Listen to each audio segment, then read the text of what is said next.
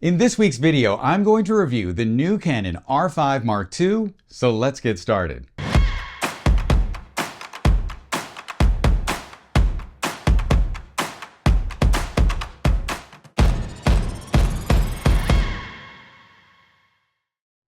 Welcome back everyone. After receiving my production model of the new Canon R5 Mark II about 3 weeks ago, I've been putting it through its paces, and I've used it both in the studio and on location, shooting both static subjects and athletes. And I've also been shooting a lot of video with the camera, so I think I have a pretty good understanding of how this new camera performs.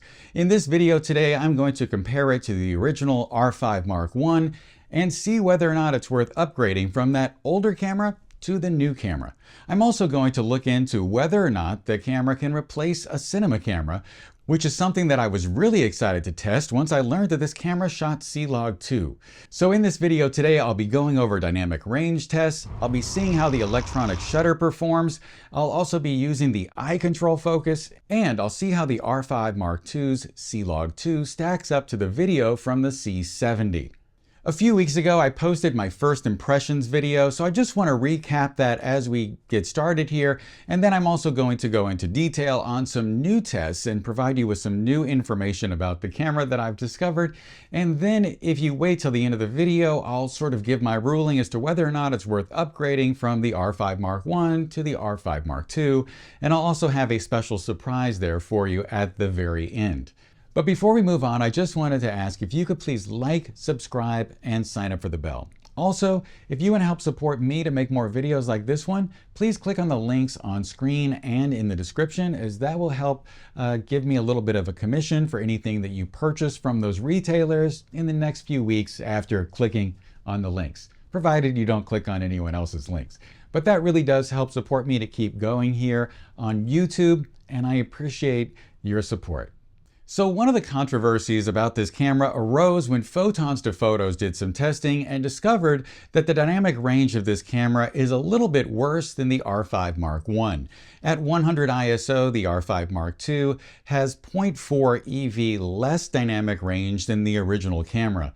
At 400 ISO, the difference skyrockets to 1.3 stops EV. Well, and I'm saying that with a little bit of sarcasm, and you'll see why. I did some testing to see how the two cameras stacked up next to each other, including doing a test in the studio with Sophia where I used very high contrast light, didn't put any lighting on some black fabric, and then analyzed the results from the two different cameras using a waveform monitor. And what I discovered was, yes, the blacks were a little bit lower with the R5 Mark II than the R5 Mark I, but the detail wasn't clipped or missing, it was just down there a little lower.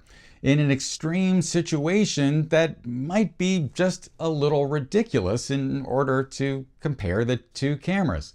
So my main takeaway from this test was, yes, there is a difference.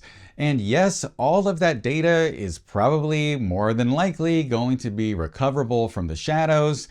And maybe this only matters if you really screw up your exposure and you need to fix it. However, I really feel that as a professional, you should try to do a good job, try to nail things in the camera, and not screw up so much. I think that's pretty important.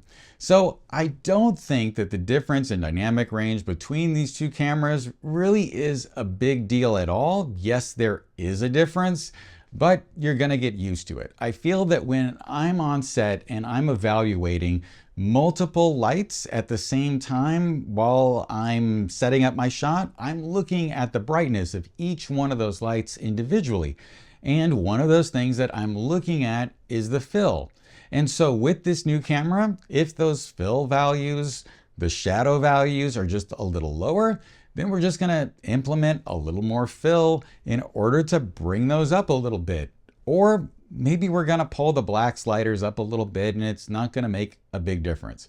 Those were the main points that I made in that first impressions video. Now let me talk about some of the things that I've discovered since. I wanted to do a little more testing on the dynamic range, and so I used these Tiffin grayscale strips that I purchased from Adorama in order to test the camera at different ISOs. I shot the camera at 100 underexposed by 1 stop. and 200, and also 200 overexposed by one stop. When I corrected the underexposed image, it had the same noise as the 200 image, and the 200 images were slightly noisier overall, but it wasn't that noticeable, and I also didn't notice any dynamic range differences between the images. According to the Photons to Photos test results, there should have been a difference in dynamic range between 400 and 500 ISO, so I wanted to test that out with these gray strips, to see if there really was a difference when looking at an image rather than just looking at their test results.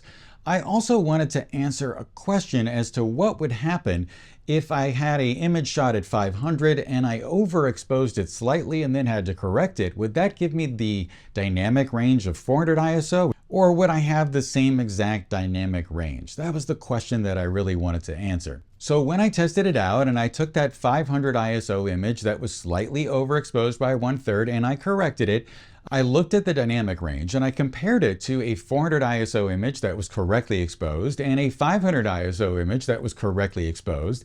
And while I did see that there was slightly more noise in the 400 ISO image, I didn't actually see a difference in the dynamic range between the shots. So what that told me is that I didn't need to be obsessed with the idea that I needed to shoot the camera at 500 rather than 400 because it was going to miraculously create a much better image.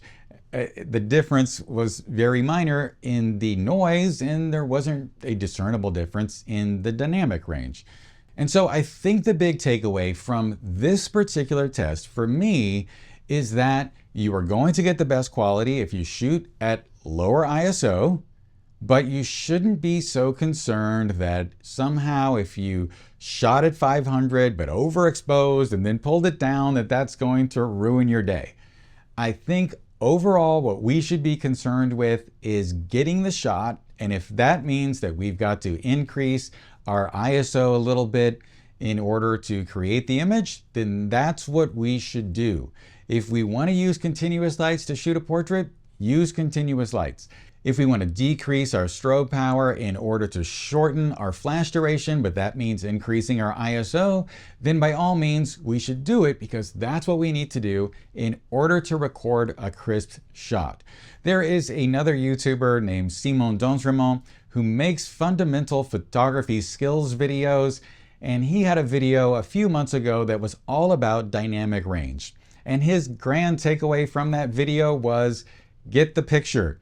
Don't be worried about it. There are plenty of great photos that were shot with the camera only having 7 stops of dynamic range, and it looks perfectly fine. What matters is the thing that you put in the square, in the rectangle, and that's what matters the most. So let's move on to our next test. So when Capture One updated and started supporting the RAW files from this camera, I discovered that there was a slight difference in the color science between the two models. When I set RAW files from both of these cameras to daylight, I saw that the daylight number for the R5 Mark II was about 100 degrees Kelvin warmer. Also, there was slightly more green correction added by default to the camera.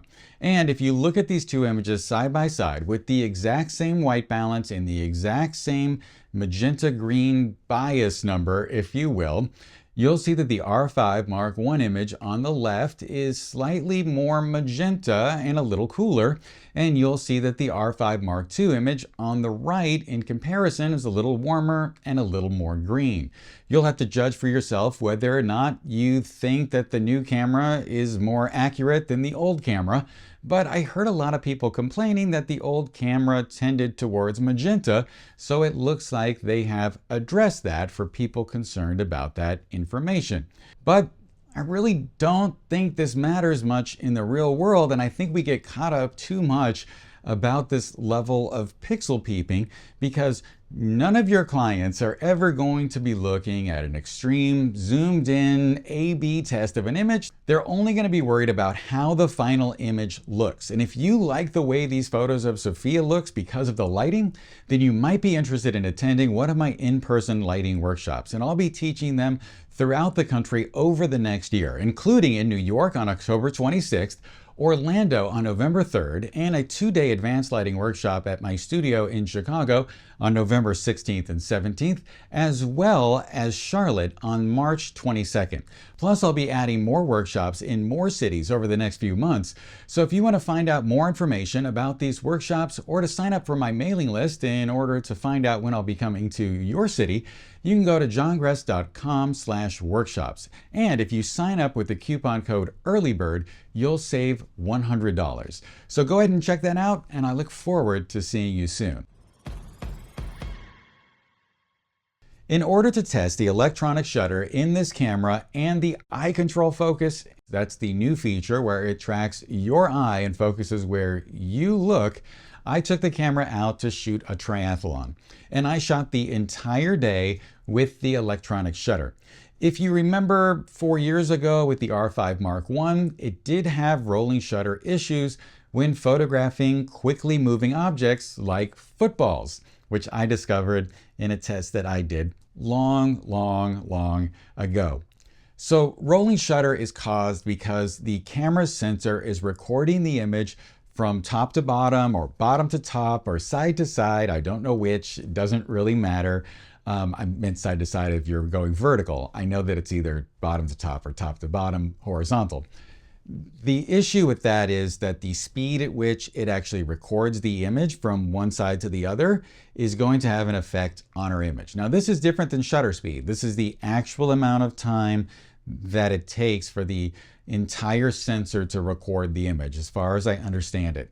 So the R5 Mark II has much faster read speeds from side to side than the R5 Mark I. And so what that means is previously what would happen is we might have someone swinging a golf club or a football going through our frame really fast, and those items would become distorted because they were moving much faster than that read speed was happening.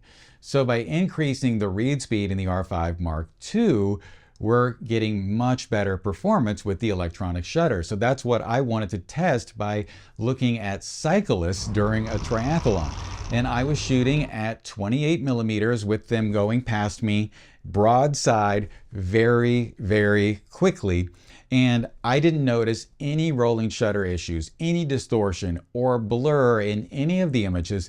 So I think one good thing about this camera is that the electronic shutter is much more usable than the last camera, and we can use it to shoot sports and other things in motion if we need to and get really good images.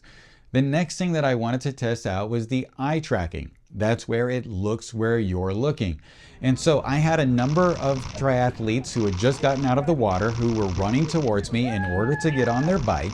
I had a number of them coming at me, and the way that this camera works is that you look towards the person, press the shutter button halfway, and then it starts tracking that person. I was able to track and photograph multiple people in a row and have those shots all be perfectly sharp, back to back to back, and so it works really well. On the other hand, there were other instances that day where I thought I was looking at the bicyclist, but it turns out that I was looking at the ground, and then it was tracking the ground, not the bicyclist. I think this is something that it's going to take a little bit of getting used to, and it's something that can work really well so that you can tell the camera, hey, I want to focus on this person, and then you can be concerned with the composition and not have to worry about whether or not the person is in focus. I think this can be really valuable, a very valuable tool that we can use moving forward in our work as long as we get used to using it. And it might be that it's not the best tool in certain situations. About a month from now, I'm going to be shooting a marathon. And in the first mile, there are going to be thousands of people tightly packed together. And I don't think I'm going to use it in that instance because I don't have faith that I am going to look exactly in the right place and the camera is going to know that I'm looking at that guy and not that guy, or that woman and not that woman. So it might not work in that situation. But later on in the race, halfway through where people are spread out, I think I could use it because then I could focus on composition and know that it was going to track my person and get them in focus. So this feature may work well for you depending on the type of things that you do. At a wedding, I could see it working really well, so long as you practice with it and get used to it, because the last thing you want to do is panic when the moment happens and then miss the shot. But for the most part, I think it could be a very great tool for us to use, and the use case is going to be different depending on what we're shooting and how comfortable we are with this technology, but it does work, and it does work well. The other thing that I noticed was using a R5 Mark I with different autofocus than the R5 Mark II and different capabilities could be very confusing. And so if you're using two cameras at a fast-paced event and one of them has the eye control focus and eye tracking focus, or is it eye control? Eye control, and the other one doesn't, then that could really mess with your mind when you're doing the shoot. And so I don't think I would suggest using this technology and using the two different cameras, because you're just gonna probably screw yourself in the end. The two cameras are a little different in that the new camera has an on-off switch in a different place, and the old camera's on-off switch is now the photo video switch. In fact, I put the R5 Mark II in my bag on video mode and drained the batteries completely a few times rather than turning it off, because I'm thinking the on-off switch is the photo video switch. So I don't know that I would own two of these. It could be really confusing. And speaking of video, that's the next thing that I wanted to test out with this camera. Because when this camera was launched, I was really excited that it was going to shoot C-Log 2. I love shooting C-Log 2. In fact, I've been using two of their cinema cameras, the C70 and the C300 Mark II, over the last few years to shoot all the videos for this channel and for my clients. And my favorite LUT is C-Log 2. I actually got it back when I had the C200. C-Log 2 has much more dynamic range, it has really good color, and I never got into shooting C-Log 3 with the R5 Mark I. And so I was really excited about that. Before the R5 Mark II came out, I had two cameras dedicated to photography, two R5s, and I had two cameras dedicated for video, the C70 and the C300 Mark II.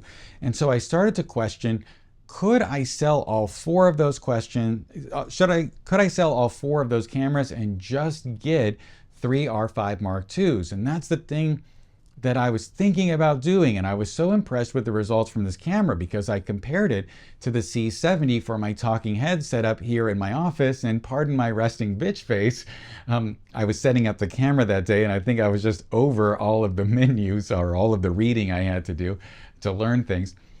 But what's important here is that at similar bit rates, the two cameras perform very similarly. And I think the R5 Mark II actually looked a little bit better. And when I compared the R5 Mark II at different bit rates, I actually found that the long op looked just fine for this type of footage. And well, I'd been shooting long op with the C70, so that really wasn't a surprise to me. So just confirming that made me happy as well. And so I was all ready to go out and get three of these R5 Mark IIs. And then earlier this week, the C80 came out. And when the C80, the new C70, if you will, came out, I realized that I just lost probably about $500 in resale value from my C70. And then I started to think about how much this third R5 Mark II was going to cost me. And once I add a grip and a AC power assembly and maybe a Tascam, it would cost me about $5,000. And maybe I could get $3,000 out of the C70. So I started to ask myself, what would having a third R5 over a C70 really get me? And not a whole lot for my use case. I'm not shooting 8K. I'm not shooting raw 8K. I'm just shooting 4K and full HD and long op, and it's fine. And so I really thought that I started to feel like, well, you know what? I'm just gonna sell my two photography cameras and replace them with two R5 Mark IIs. And I'm gonna sell my C300 Mark II. And I'm actually gonna replace it in a way with an R5 Mark II. And I'm just gonna keep that C70. So in the end, my lineup is going to be two R5 Mark IIs and a C70. and I'm going to use an R5 Mark II and the C70 to shoot my videos from two different angles, and I'll use my other R5 to shoot photos. And then if that R5 happens to go down during a shoot with a client, I'm just going to go for the other R5 and keep shooting. And that's my plan going forward. As I started to set up the R5 Mark II for video, I started to realize that there are certain features that a cinema camera just does so much better than a hybrid camera like this. So for instance, if you need to turn the waveform monitor on or off on a cinema camera, you just press the WFM button on the side. If you want to do that on the R5, even if you set up custom menus, the R5 Mark II, you have to go hit menu, go into a setting, and then turn that off. So it's just a little less convenient overall. And having built-in NDs in the cinema camera and various exposure modes easily accessible to me, having all of these hard buttons on the side of the camera that I can press for things rather than have to go through the menu on the R5 Mark II, leads me to believe that yes, an R5 Mark II can replace a cinema camera, but maybe having a cinema camera is still a very good thing, and so I'm going to move forward with the best of both worlds, R5 Mark IIs and a C70.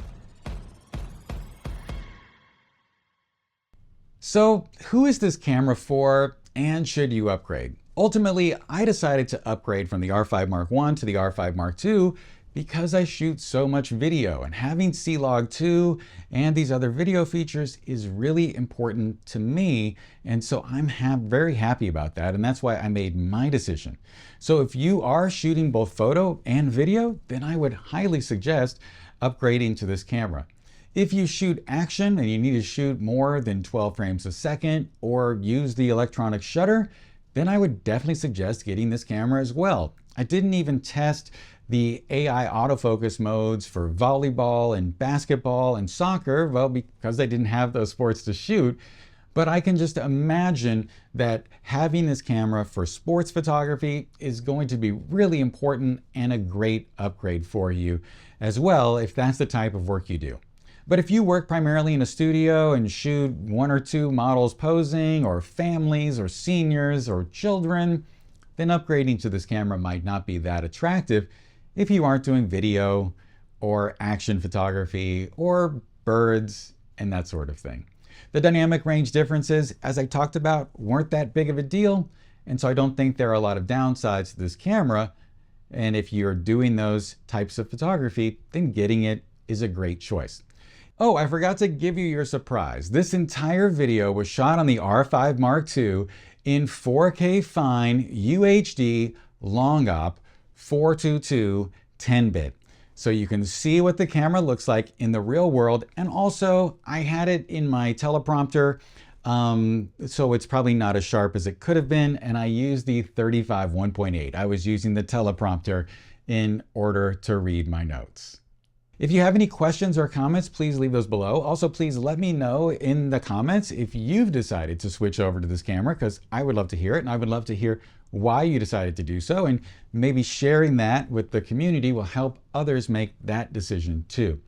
If you could please like, subscribe, and sign up for the bell, I would really appreciate it. And as always, I hope that you have a wonderful day, and I'll talk to you soon.